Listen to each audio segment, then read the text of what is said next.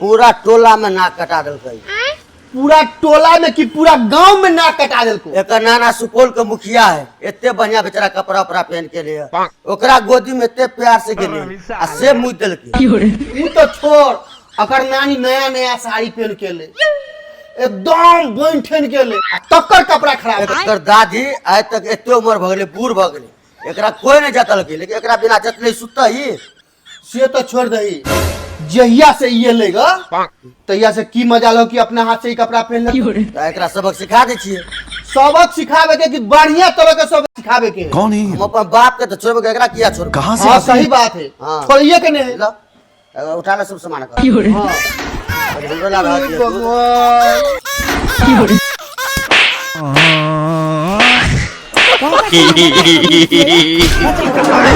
हाय